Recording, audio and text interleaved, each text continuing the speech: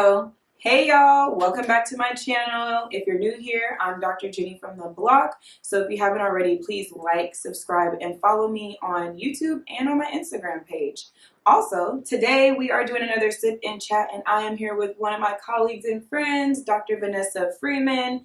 And today we're going to be sipping and chatting about what it's like to be a Black professional. Yeah, so there's a lot. And we're going to sit here and try to talk about, I guess, our experiences. Yeah. What does it mean? I think defining Black professionalism, and I guess how we navigate through our workspaces and the evolution of how we've gotten to where we are now. How's that sound? Sounds like a lot, but great. Yes. And so I want to kick it off with asking you, I guess tell me about your journey to becoming a Black professional. What is Black professionalism to you? Well, I feel like, where we work currently shall not be named. Redacted. It's certainly not where I started. So my first full-time job after my master's program was as an academic advisor. I was 24 at the time. Mm-hmm. Certainly didn't think about any of the things I think about now in terms of my racial identity. I was still wearing my hair relaxed at the time and was really more focused on doing my job and not really thinking about what it meant to be a Black woman in that space. But so often we're one of two or one of one, the only one. Most often, and then you're but nobody's really paying attention to this part of a problem. Do I say something? Do I not? I think over the years, I have now started to lean more on the side of, we just gonna go there then. Right. Yes. Yes. And you've leaned into that, and I've enjoyed it very much. I'm we just gonna talk about it. And I feel now I think of my role as a Black professional as one to move the needle. Because there's not a lot of us in many of these spaces, no matter what industry you're in my mind, I'm I want this space to be more inclusive when I leave it. It's not always successful, but that's the energy I bring now. To me, that's where I've landed, but I certainly wasn't always there. Yeah, this kind of gradual awakening of thinking of ourselves more holistically. Mm-hmm. I think similarly, when I started working in grad school, because undergrad I didn't work at the time, and before then I worked at KFC. So, but that KFC was run by a Black woman, so that's a whole different experience. And listen, everybody in there was brown, but we're not gonna get into that job because that can be a whole video in itself. Mm-hmm. But I think it's the not really thinking about the issues, not thinking about why am I the only one in here? Mm-hmm. What does that say about the work culture? Right. And I definitely think in my first graduate school job, I was initially one of the only ones, and then there was more Black women working with me, and then just that experience of them asking some questions and challenging some workplace things really started to open up my eyes of there are some things happening, and I wonder how my presence impacts those things. And I'm curious for you, what have been some challenges in your evolution? You're talking, I think I see you, on a day-to-day basis, and you're such a place. But what were some of the stumblings that happened that got you to kind of have that awakening and that growth? I think where I really started to shift was grad school the second time. So I have a master's degree. I did that, and then I worked for 2 years. And then I went and got this thing called a PhD, which that's a whole nother conversation for another time. It's debt. And it wasn't until I got there and I was truly the only Black person in the South. I'm from the Northeast, so that was a whole different thing that I really started to say, okay, we are not experiencing this environment all the same. How can I bring my full self to these spaces, because I feel I'm suffocating. All the people around me were white. All the conversations I was a part of did not include my experience. And so a lot of it was okay, I think I'm going to say this now. Oh, but did I hurt your feelings? I don't know. And so I think feeling comfortable with making people uncomfortable was certainly somewhere I had landed by the time I finished my PhD program, but that was a struggle. Because when you talk about, when you're with white people, and you know this, and you talk about race, now you've made people upset. Yeah. Now you've made people upset. Listen, that laugh is coming from a place of knowing, okay? At bleep workplace, okay? Yeah. Now you've made people upset, and that pulls on all of my, like, people pleasing, and I am a helper, and I want people to be happy, and I don't want people to be mad at me, but also I want to be my full self. So how do I tolerate people being uncomfortable without feeling pulled to apologize or take back something that I've said? I mean, I still struggle with that. I text you sometimes like, did I go too far? And I'm like, nope. Not at all. Actually, say more. I don't know. But I'm getting better at it, I think. That's been really hard. Yeah. I'm just sitting and thinking, like, how much of that I connect to, especially about the full self piece. I think as Black professionals, we learn to code switch. It's almost like we speak two different languages. We understand, and I'll speak for myself, but if you're in agreement, chime in. Like, knowing white culture, talking about the things that are in their world, and then either having to bury the things that are our culture, or try to bring it up and then get met with discomfort, or people don't quite know what you're talking about, especially being like the only us in a space that can feel really isolating and alienating. I think I've experienced that in my practicum, and especially on internship. I realized that, like, I had a really great cohort of people that I was with, but it's like certain things they didn't quite understand. And I think for me that brought up feelings of sadness too. So I think there's that challenge of, like, you don't want to make people upset, but you're also sad because you can't connect in a more genuine way. Yes. And I think, to me, I started to feel anger of, like, I understand y'all. I know all your people. I know all about white culture, whiteness. And it almost seemed like everything about me was so foreign. Like, in grad school at that job, I remember I was doing what us Black women do, changing up my hair before I started locking. And it legit happened to me where somebody was like, wow, can I, like, touch your hair? And I'm like, huh? And, I had conversations. Like, I was literally educating somebody on, like, a sew-in one time. I'm like, y'all don't know anything about us? That, I mean, I don't know about you, but that's just a tough place to sit in. Of, like, to me, it started thinking, like, what do you know about Black people? Nothing at all. Nothing. Yeah, that certainly resonates. I think the part that really sticks with me was just feeling like, if it wasn't that we were talking about, like, a TV show or something, we'd be talking about an issue or a place, and it would feel like they literally could not see a part of whatever was going on. So it's like, say we were trying to talk about, like, a client, since we do therapy, and they were not a white client, but, like, the white person I'm talking to completely ignored that client's experience as a non-white person, and then made their issue about all this stuff over here, and you're like, but maybe it's connected to their race. So, like, things like that where you're like, but have you considered this extra piece? Like, why? It's literally a blind spot. Like, it's not in their purview at all. And I think being the person to always poke holes in that is what makes people uncomfortable and is really hard. But it's feeling like you see something that the rest of the people you're around don't. And you're like, but why is that? And why can I see all of it and you can only see one part of it? Yep. It's exhausting. It is. I think it comes from, like, whiteness being the norm. Yes. And then when we're infiltrating the spaces, I think there's a thought of, like, we're all Americans. We all believe the same thing. All lives matter. I'm going to zoom in on this part. I'm going to fix so y'all can see. Do they? It's just like, do they? I mean, yeah, but not all lives are in danger. That's not what we're talking about right now, bro. Right, but all jokes aside, it's like this assumption of that we're all one, and it's like, no, we are not a melting pot. We are a mosaic. We are a salad with lots of different stuff. You basic if you just have salad with lettuce.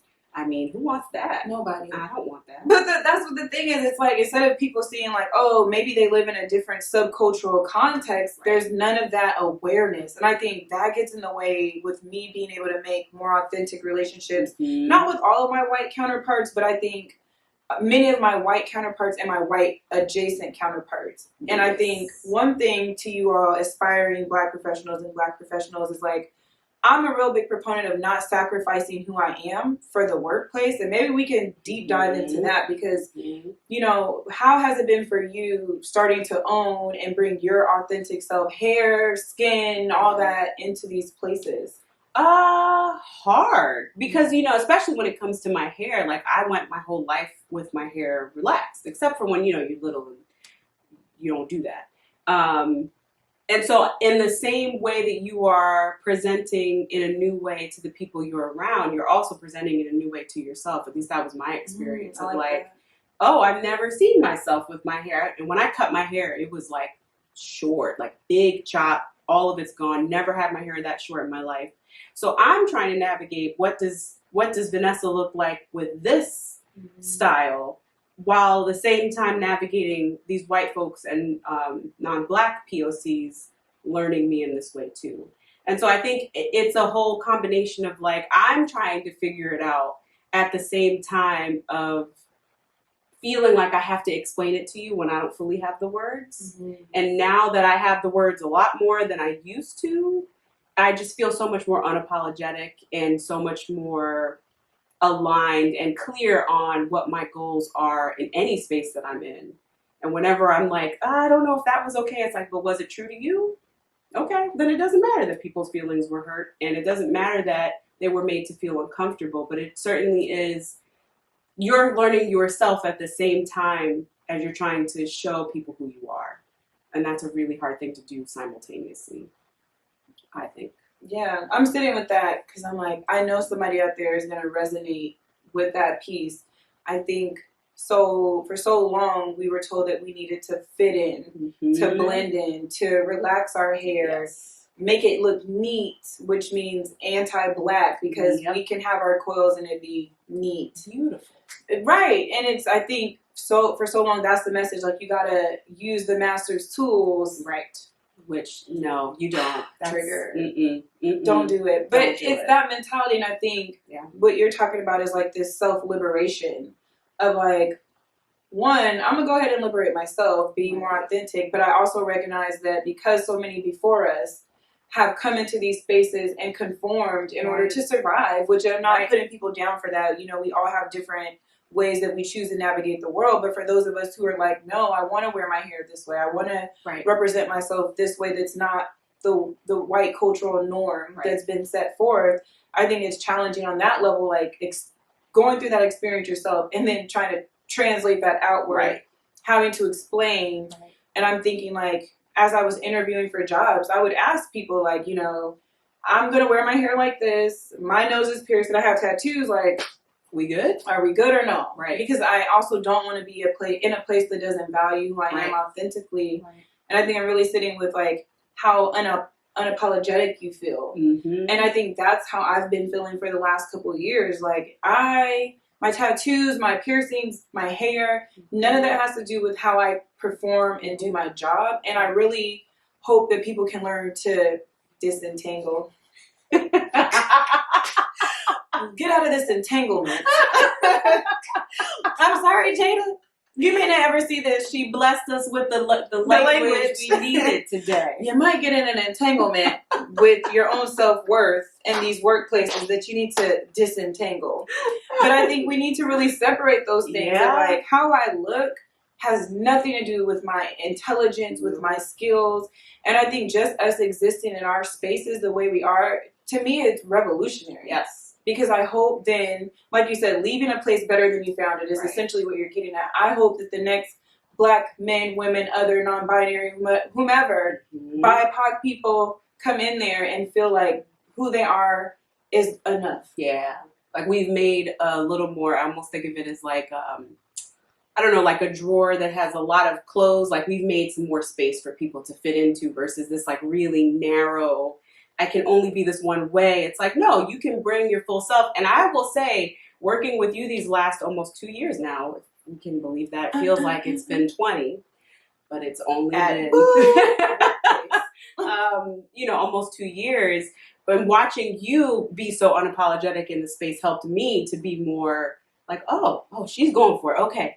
All right. Well, let me get in there too, And so I think having more than one of us is important. Having a diversity between us is helpful. Mm-hmm. But I think without you, it would have been a lot harder to lean into some of this stuff. And yeah, so we've done this before. I know, but I want to tell y'all this woman is amazing if you didn't already know. See, if I'm getting tearful, stop doing that. Listen, one time we had a full-on cry sesh. It was like nasty cry, like, ah! But this is like the power of having other people. It is true. That look like you. And I'm glad that you're naming that. Like, Vanessa and I have different racial identities. Mm-hmm. Too, like, there's just different stuff. We have different roles in our own personal lives. Like, but we've been able to connect and come together, and I think support each other and being authentic and helping each other grow. And I think I don't want to be in another workplace where it's just me, like, ever again. Yeah. And I think so many of us Black professionals are struggling, right? Like, one, struggling to connect with other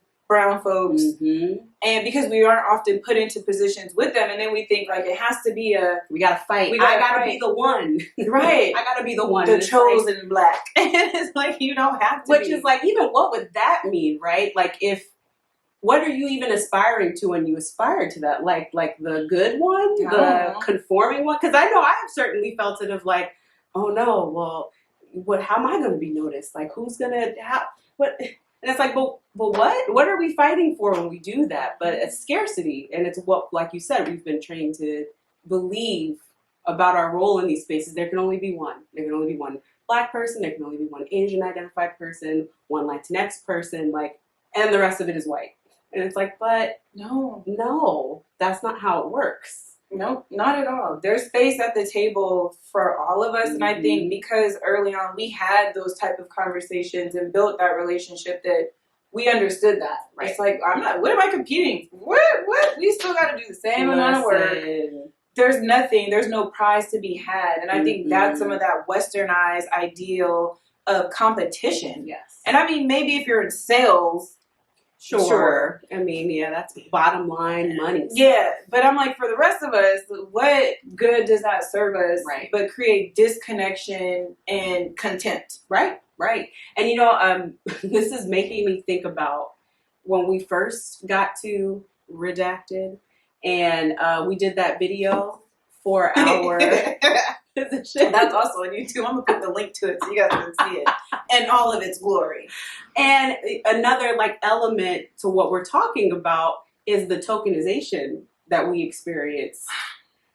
And I wonder if we could we could detour there for a moment, because I do think that is part of being a Black professional too, is that because we are one of two or one of one or whatever the case is, inevitably there's tokenization that comes. And I don't think I knew it at the time, but my feelings about it now are just... Look at the description box.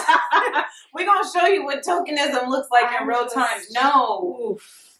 I think now in hindsight, so one pitfall, I think we're getting to the pitfalls, is yes, you definitely could be tokenized without you even knowing, because I think we thought we were doing something beneficial. Mm-hmm. We're hired, our job roles African American Black focused clinicians, and I think it sounds good on paper, right? Yeah. But then when we got into the system and started to see how the system used and misused us, I think it became very apparent the lack of that depth of understanding of culture, that depth of understanding of what people really need. Right.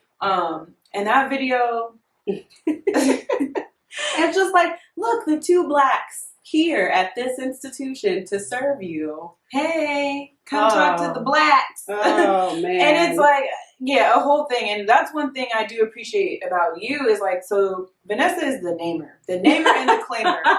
Sometimes I be sitting in these meetings and things be shoom, shoom, shoom. And then we'll debrief later.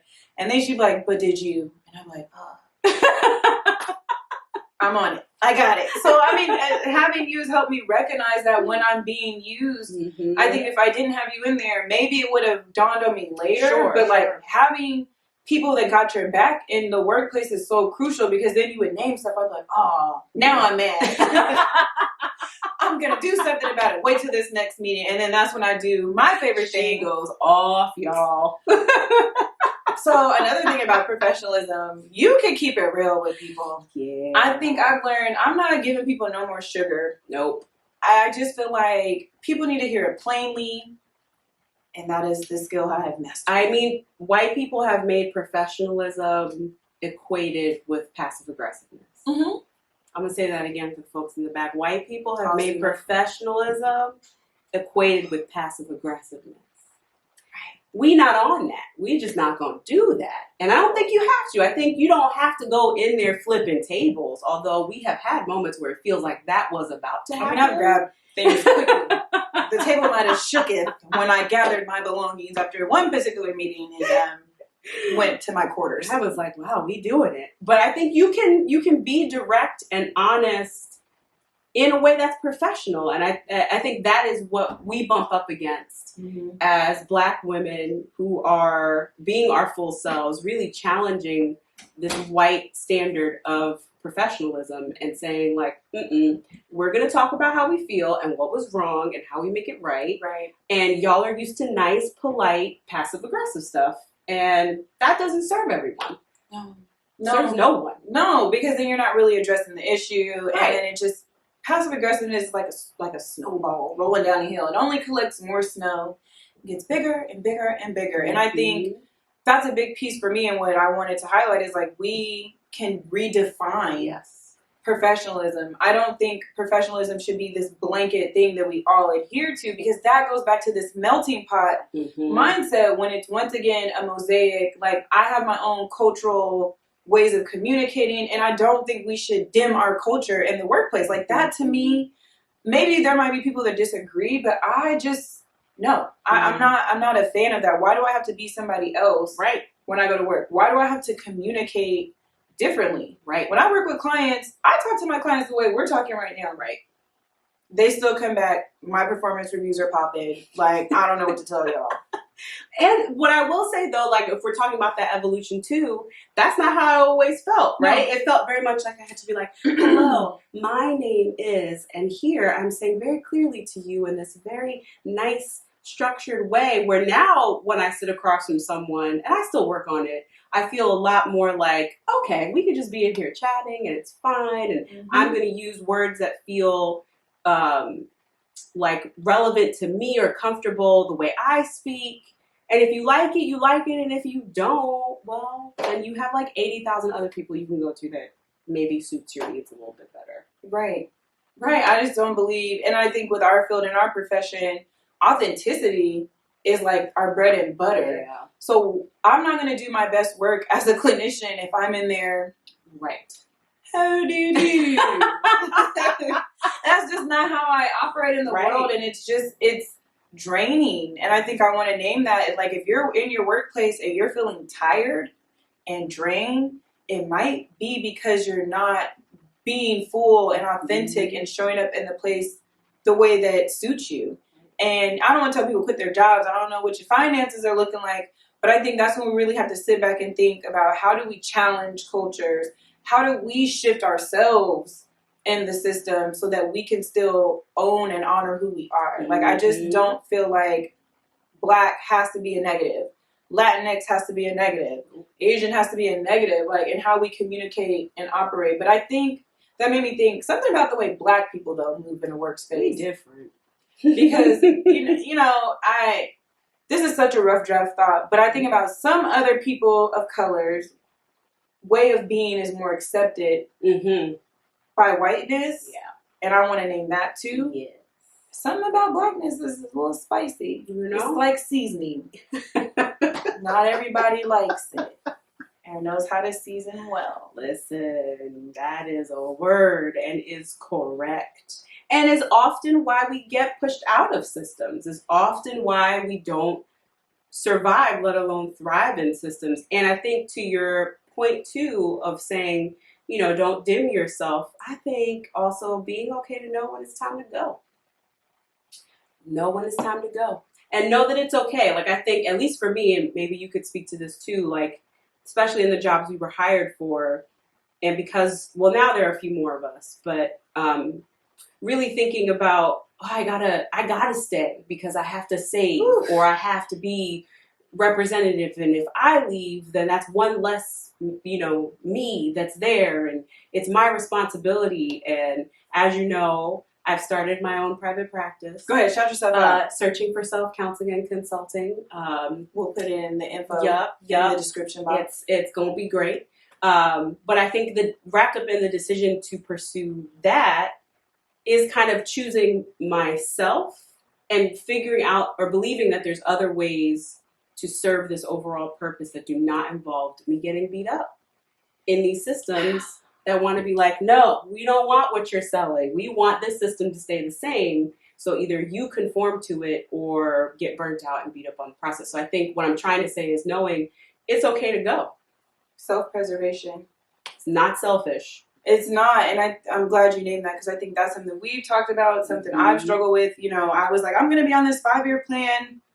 I'm going to stay here. I think I expressed guilt at we were hired to serve the Black community, and it's just like, well, the system's choking me out right now, and I am not thriving. I'm not growing in the ways that I want to, and I think these are honest conversations we have to have with ourselves. Like, if I try to move this way, can the system move with me? Right. Can they accommodate the way I'm trying to move, or will they further try to extinguish me, my personhood? Right. And I think I've just been admiring, how you've evolved into this place and how I've been looking at you like, all right, I'm coming along. But it's been liberating. I think being able to realize that, this is not even a side note, but I want to frame this in this way. You all are intelligent, you are talented, and these workspaces need you way more than you need them. Yes. And that you can create your own stuff. And I think just what I've been working on with this channel, with my other side hustles right now, I'm like, this is what I want, right? This is what I want. And this feeds me, and I don't have to argue my humanity. And I'm still getting asked to do things, to get hired for these side things. And I can be me. I can retain myself. And I think that's the kind of life I want to live, where I know that I was good enough. Yeah, and your work will be so much better because you can come from that place versus I'm tired because I've just been fighting to prove that I'm human to you all. And now I got to go do X, Y, and Z. Think about how much better we can perform when you're coming from a place of, people are paying me or reaching out to me or watching my channel because they value me. I'm not fighting with anybody about that, right? I'm like, oh yeah, they value you. They like what you have to offer because it's you. You're not fighting with anyone, so your content is then going to be that much stronger. Right. And so I just feel like we don't often talk about, as a group, part of this Black professionalism.